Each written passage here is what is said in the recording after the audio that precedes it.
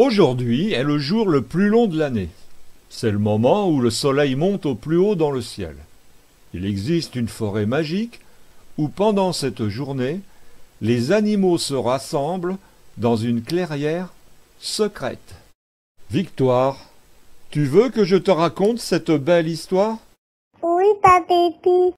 Les premiers rayons du soleil de juin commencent à réchauffer la rosée du matin. La clairière va se remplir lentement.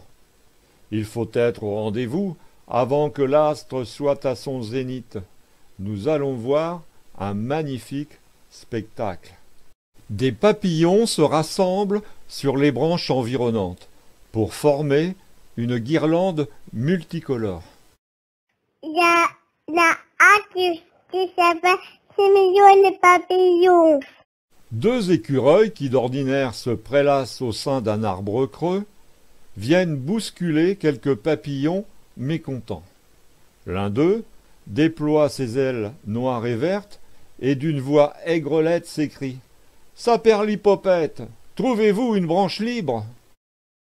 Un peu surpris par cette injonction, le mâle écureuil dit à sa compagne « Il a raison, il y a assez d'autres branches autour de nous. » Aussitôt, il s'installe juste au-dessus d'eux. Un couple de hérissons s'adosse contre une souche à proximité d'une couleuvre enroulée encore dans son sommeil. Il y aurait de quoi être étonné par une proximité si pacifique. Mais en cette trêve annuelle, tous l'acceptent et s'y plient de bon cœur. C'est pour les choses à petits hérissons. Trois mulots s'amusent sans crainte dans l'herbe, nullement effrayés par le jappement du renard qui s'approche. Ce cri déclenche un singulier tintamarre. Un corbeau fait entendre sans dommage son plus beau ramage. Un pigeon déclame le plus doux des roucoulements. Deux pies joyeuses nous offrent une danse aérienne digne d'un ballet fantasque. Deux scarabées, comme à l'accoutumée, s'adonnent à leur jeu préféré du « pince-mi, pince-moi ». Une biche et son faon sortent de l'orée du bois pour lentement s'approcher. Une chouette solitaire dodeline de la tête au rythme du cri-cri d'un grillon. Un trio formé d'un pinson, d'un roitelet et d'un rouge-gorge s'affrontent pacifiquement, entonnant avec frénésie toutes les gammes de leurs plus beaux chants respectifs. Le soleil atteint presque son apogée quand un vieux sanglier s'avance au centre de la clairière. Depuis des années, il préside la cérémonie, secondé d'un lapin qui vient s'asseoir à ses côtés. Le vieux phacochère pousse un long grognement pour intimer le silence. Il s'apprête à déclarer l'ouverture de la séance quand apparaît un couple des plus insolites. Une tortue vient de franchir la barrière des arbres. Personne n'est surpris de voir un animal si exotique en ce lieu.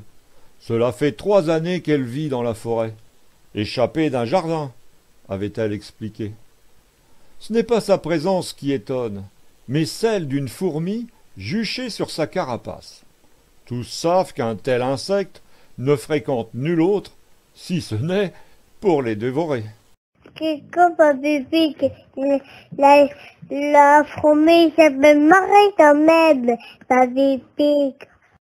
Le sanglier prend la parole. Dis donc, la tortue, que tu sois encore la dernière, cela ne m'étonne pas. Mais que fait cette fourmi sur ton dos? Tu sais, je ne suis plus très jeune. Elle me sert pour m'orienter, moi qui ne vois plus très clair. Ok, mais une fourmi solitaire, ce n'est pas très ordinaire.